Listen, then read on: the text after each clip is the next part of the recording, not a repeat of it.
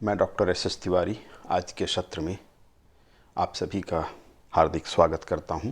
हमारे महाविद्यालय चंद्रपाल डट सेना शासकीय महाविद्यालय पिथौरा की ओर से हम बात कर रहे हैं बंगाल में अंग्रेजी शक्ति के उदय के विषय में। इसके चौथे वीडियो में हम आज बात करेंगे प्रारंभिक रूप से किस प्रकार से मीर कासिम की पराजय हुई थी। उसके पश्चात बक्सर युद्ध की घटनाएं कौन कौन सी थीं, किस प्रकार घटित हुईं। बक्सर युद्ध के अंत में इलाहाबाद की संधि जो शाह आलम और शुजाउद्दौला के साथ की गई थी वो क्या थी, क्या उसकी शर्तें थीं, और इसके बाद बक्सर युद्ध के परिणाम पर विस्तार से हम चर्चा करेंगे और अंत में निष्कर्ष देखेंगे और किस तरह से अंग्रेज़ों की शक्ति पूर्णतः बंगाल और बंगाल के अलावा भारतीय क्षेत्रों में किस प्रकार से हुई थी उस पर चर्चा करेंगे। तो शुरुआत करते हैं। इसके पहले वीडियो में हमने देख लिया था कि किस प्रकार से एलिस ने पटना पर आक्रमण किया था और अधिकार किया था। त्वरित कार्यवाही करते हुए मीर कासिम ने उस पर आक्रमण किया, पटना को जीत लिया और एलिस सहित 200 लोगों को उसने कैद में डाल दिया। ये प्रारंभिक रूप से युद्ध की शुरुआत थी, किंतु मुख्य युद्ध अभी नहीं हुआ था। मीर कासिम की प्रारंभिक पराजय इसके बाद किस प्रकार से हुई। पटना हत्याकांड हुआ। पटना की घटना के साथ मीर कासिम के साथ अंग्रेज़ों का युद्ध प्रारंभ हो गया। कंपनी ने मीर जाफ़र को बंगाल का नवाब घोषित कर दिया और मीर कासिम के विरुद्ध अंग्रेजी सेना भेजी। कटवा, मुर्शिदाबाद, गिरिया और उदयनाला के युद्ध में मीर कासिम को अपने सैनिकों के विश्वासघात के कारण अंग्रेज जब भी युद्ध करते थे तो दूसरे पक्ष के सेना को मिलाने का प्रयास करते थे। यहाँ भी उनको कुछ सफलता मिली थी और मीर कासिम को लगातार इन युद्धों में पराजित होना पड़ा था। उसकी राजधानी मुंगेर, जो नई राजधानी उसने मुर्शिदाबाद के स्थान पर बनाई थी मीर कासिम ने, उस पर भी अंग्रेज़ों ने अधिकार कर लिया। मीर कासिम पटना की ओर गया। अपनी असफलता और विश्वासघात से दुखी और क्रोधित था। उसने अंग्रेज़ों को चेतावनी जारी की कि अंग्रेज़ सेना यदि अपना आक्रमण बंद नहीं करती है तो वह अंग्रेज़ बंदियों को, जो 200 एलिस सहित 200 अंग्रेज़ बंदी थे, उनका वध कर देगा। अंग्रेज़ों ने इस पर कोई ध्यान नहीं दिया तो मीर कासिम ने एलिस के साथ अन्य सभी 200 बंदियों को पटना में कत्ल करवा दिया। यह घटना पटना हत्याकांड के नाम से जाना जाता है, उस नाम से विख्यात हुआ। इन परिस्थितियों में बक्सर का युद्ध 22 अक्टूबर 1764 को मीर कासिम प्रारंभिक पराजय के पश्चात अवध की ओर गया। अवध के नवाब शुजाउद्दौला से उसने सहायता की मांग की तथा उसकी सेना के व्यय के लिए 11 लाख रुपए प्रतिदिन देना स्वीकार किया। शुजाउद्दौला ने भी बंगाल में अपनी शक्ति बढ़ाने के उद्देश्य से उसे स्वीकार किया तथा उसकी सहायता का वचन दिया। मुगल बादशाह शाह आलम भी उस समय अवध में था और वह भी इस युद्ध में सम्मिलित हुआ। इस तरह तीनों एक साथ मिलते हैं, अवध का नवाब, मुगल बादशाह और मीर कासिम।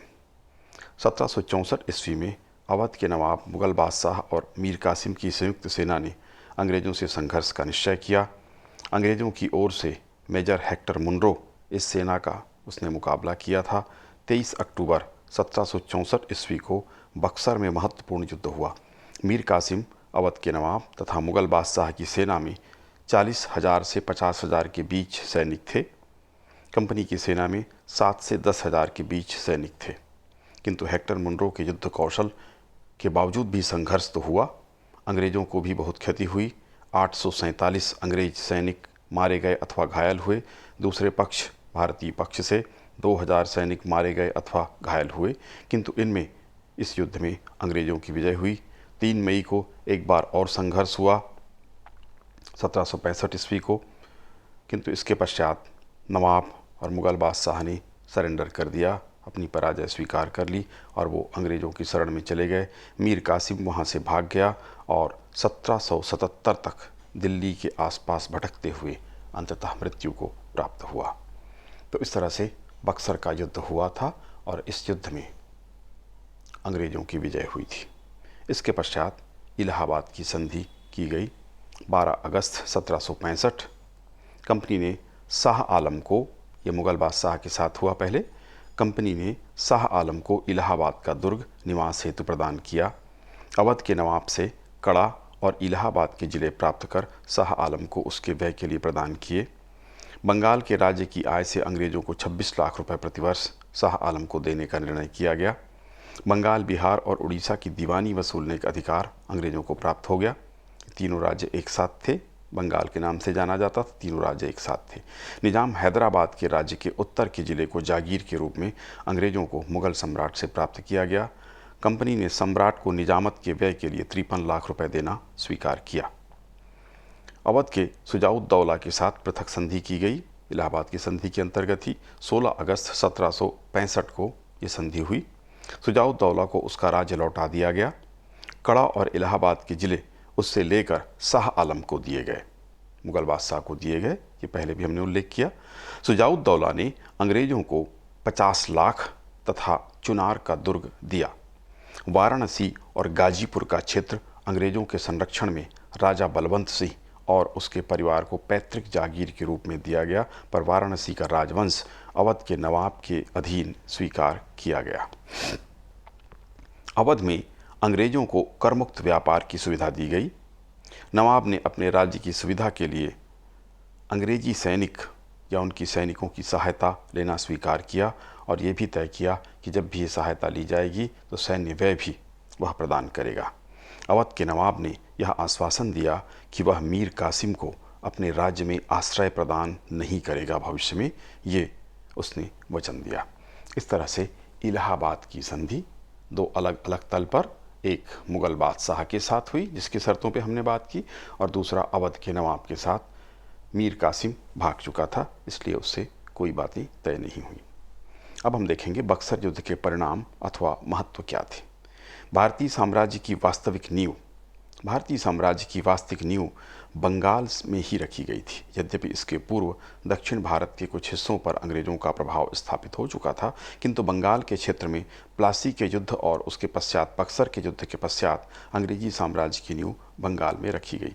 इस युद्ध ने न केवल बंगाल बल्कि अवध और स्वयं मुग़ल सम्राट भी अब अंग्रेज़ों के प्रभाव में पूर्णतः आ चुका था।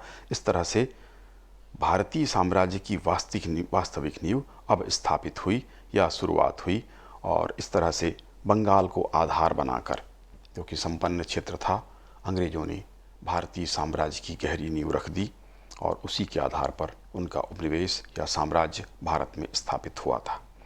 अंग्रेज़ों की सैन्य श्रेष्ठता स्थापित हो गई। बक्सर के युद्ध ने अंग्रेज़ों की सैन्य श्रेष्ठता को भी सिद्ध कर दिया, क्योंकि प्लासी का जो युद्ध हुआ था वस्तुतः वह कोई युद्ध था ही नहीं, बल्कि वह एक षड्यंत्र था। षड्यंत्र पूर्वक उसे जीता गया था। किंतु बक्सर के युद्ध में 3 भारतीय शक्तियों ने एकजुट होकर युद्ध किया था। उनकी सेना 40 से 50 हज़ार के बीच थी, जबकि अंग्रेज सैनिकों की संख्या 7 से 10 हज़ार के बीच थी। इतने बड़े अंतर के बावजूद भारतीय सफल नहीं हुए।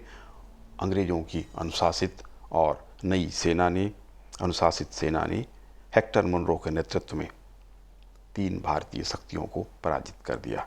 इससे उनकी सैनिक श्रेष्ठता अंग्रेज़ों की भारतीय क्षेत्र में स्थापित हो गई। बंगाल पर पूर्ण नियंत्रण उनका स्थापित हुआ।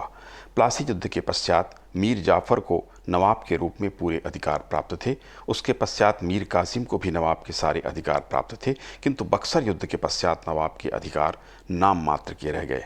बंगाल के शासन पर पूर्ण नियंत्रण अंग्रेज़ों का स्थापित हो गया। मुग़ल दरबार से भी उन्हें अनुमति प्राप्त हो गई। इस तरह बक्सर युद्ध के पश्चात बंगाल पूर्णतः अंग्रेज़ों के नियंत्रण में आ गया। दीवानी वसूल करने का अधिकार, राजस्व वसूल करने का अधिकार भी उनके पास आ गया था। इस तरह अब परिस्थितियां बंगाल में बदल चुकी थीं। पहले नवाब के पास जो अधिकार थे अब वो समाप्त कर दिए गए। वो नाम मात्र का या कठपुतली नवाब रह गया। मुग़ल सम्राट पर पूर्ण नियंत्रण इनका हो चुका था।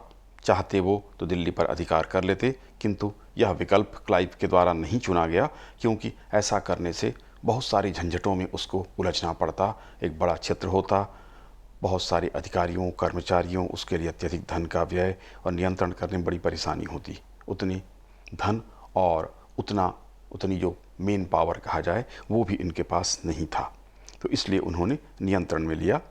बक्सर युद्ध मुगल सम्राट ने अंग्रेजों के विरुद्ध युद्ध किया था, पराजित हुआ था। इसके पश्चात मुगल सम्राट के ऊपर भी पूर्ण नियंत्रण अंग्रेजों ने प्राप्त कर लिया और वह नाम मात्र का शासक रह गया था। यद्यपि अंग्रेजों ने मुगल सम्राट के शासन को सीधे अपने हाथों में नहीं लिया था, और इसीलिए नहीं लिया था जो मैंने कारण बताया कि बहुत धन, बहुत शक्ति, सेना और व्यक्तियों की आवश्यकता पड़ती, जो मेन पावर इनके पास अभी नहीं था। इसलिए उन्होंने राजनीतिक शक्ति और आर्थिक लाभ पर ही ध्यान रखा और पूरे नियंत्रण पर पूरी तरीके शासन अपने हाथ में लेने का प्रयास नहीं किया। बंगाल का आर्थिक शोषण। बक्सर युद्ध का एक बड़ा परिणाम यह भी हुआ था कि बंगाल का आर्थिक शोषण अधिक तीव्रता से होने लगा था, क्योंकि बंगाल का नवाब अब पूरी तरह से कठपुतली था तथा अंग्रेजों ने इस युद्ध के बाद बंगाल, बिहार, उड़ीसा की दीवानी वसूलने का अधिकार भी मुगल बादशाह से प्राप्त कर लिया था। इस कारण अंग्रेजों का आर्थिक शोषण बंगाल के क्षेत्र में और अधिक अब बढ़ चुका था। दीवानी वसूल करना था, मनमाने ढंग से वो कर सकते थे, सारे अधिकार, फ्री पास, व्यापार में कोई पूरा नियंत्रण इनका रहा और राजस्व भी यही वसूल करते थे। इसलिए पूर्ण नियंत्रण बंगाल पर अंग्रेजों का स्थापित हुआ। सैनिक महत्व। बक्सर के युद्ध का सैनिक दृष्टिकोण से महत्वपूर्ण प्रभाव हुआ था। अब तक इस तरह से अंग्रेजों के साथ भारतीयों का सीधा और बड़ा टकराव नहीं हुआ था, किंतु इस युद्ध में सीमित संख्या में होते हुए भी, हमने चर्चा की थी आपसे, 7 से 10 हज़ार के बीच इनकी सैनिकों की संख्या थी। अपने से कई गुना बड़ी सेना को इन्होंने आसानी से परास्त कर दिया था। इस तरह भारतीयों की सैन्य कमजोरी और अंग्रेजों की सैन्य शिष्टता इस युद्ध के साथ स्थापित हो गई थी। इस कारण से इस युद्ध का सैनिक दृष्टिकोण से भी बड़ा महत्वपूर्ण प्रभाव हुआ था। निर्णायक युद्ध। बक्सर के युद्ध को निर्णायक युद्ध माना जाता है। इसका कारण यह है कि इस युद्ध में भारत पर किस शक्ति का शासन होगा, यह निर्णय कर दिया था, निर्णीत हुआ था कि अंग्रेज अब शासक होंगे, और वह अंग्रेजों के पक्ष में हुआ। इस युद्ध में न केवल बंगाल का नवाब बल्कि अवध और मुगल सम्राट, जो उस समय भारत का सम्राट माना जाता था, यद्यपि वह कमज़ोर था किंतु फिर भी पराजित हो चुका था और वह पूरी तरह से अंग्रेज़ों के प्रभाव में आ चुका था।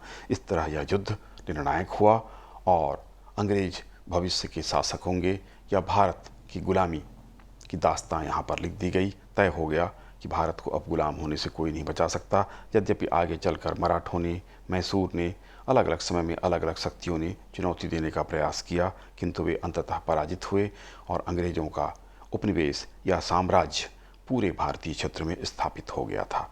तो यह निर्णायक युद्ध था, इसने पूरा निर्णय कर दिया था।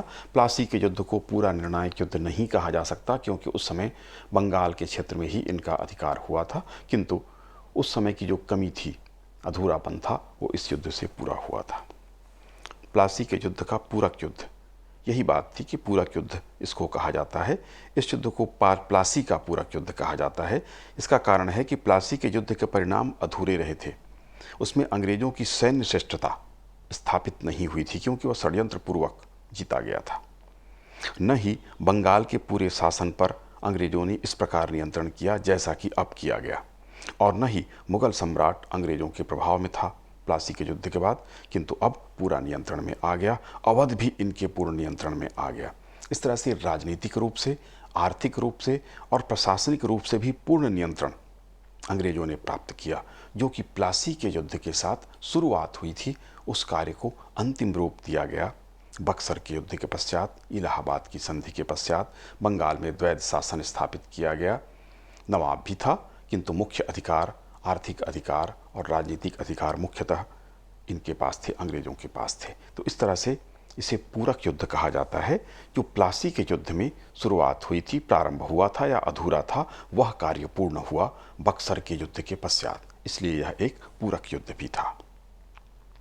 भारतीय सैन्य कमजोरी का स्पष्ट होना। इस युद्ध ने भारतीयों की सैनिक कमजोरी को स्पष्ट कर दिया था। 40 से 50 हज़ार के बीच की सेना होने के उपरांत भी तीन शक्तियों ने मिलकर 7 से 10 हज़ार के बीच की अंग्रेजी सेना को परास्त नहीं कर सके, बल्कि उससे स्वयं पराजित हो गए। भारतीयों का सैन्य संगठन, अस्त्र शस्त्र, लड़ाई का ढंग सब पुराना था।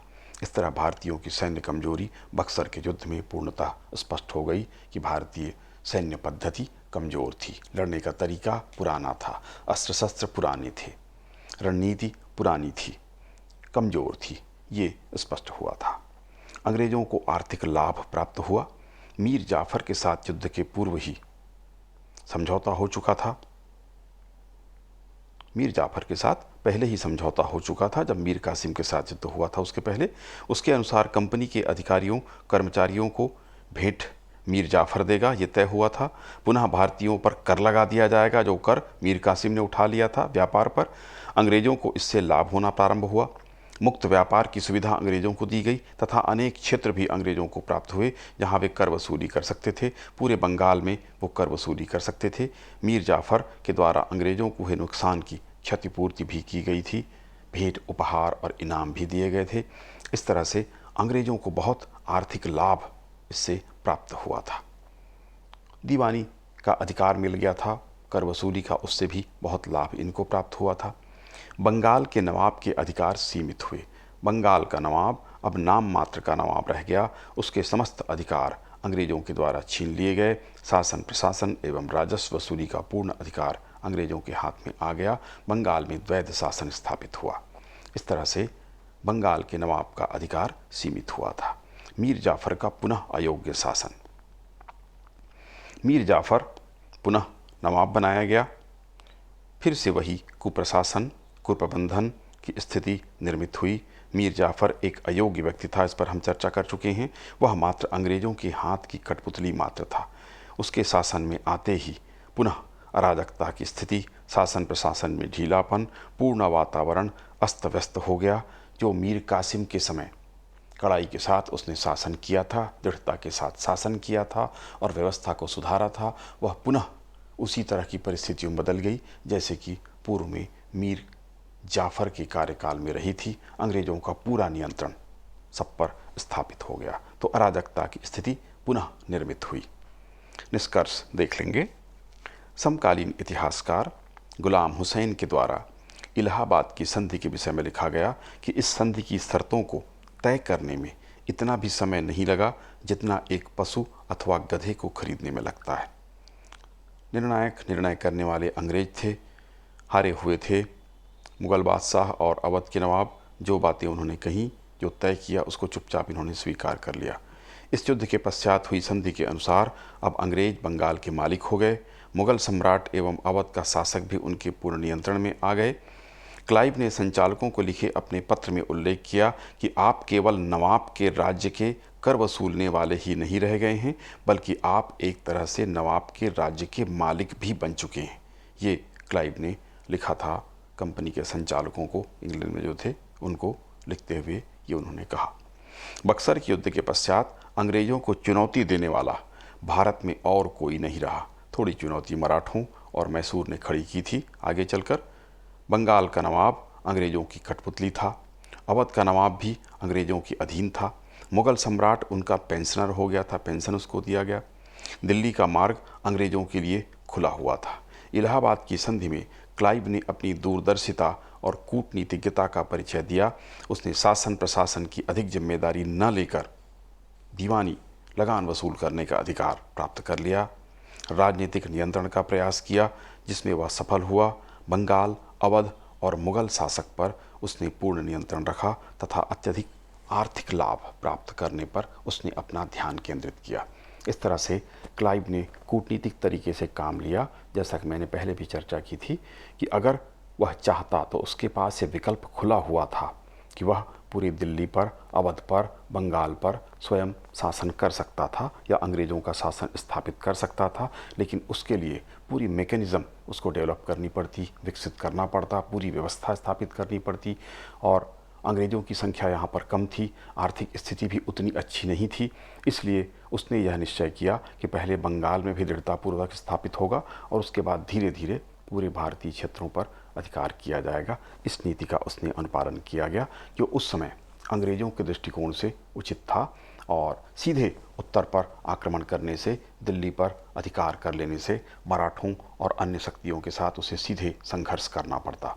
तो इसलिए उसने एक तैयारी के रूप में, लक्ष्य तो वही था पूरे भारत पर अधिकार करना, महत्वाकांक्षा अंग्रेज़ों की इसके साथ ही बहुत बढ़ गई थी। सपने तो पूरी तरह से साकार भी हो रहे थे। आसानी के साथ उन्होंने बंगाल, अवध और मुगल बादशाह को पराजित कर दिया था। तो महत्वाकांक्षा तो अवश्य थी, किंतु वह धीरे धीरे दृढ़ता के साथ बंगाल में पहले उन्होंने शासन स्थापित किया और उसके बाद वो आगे बढ़े। फिर मैसूर मराठों के साथ उनका संघर्ष हुआ, जिसके बारे में अगले वीडियो में हम चर्चा करेंगे।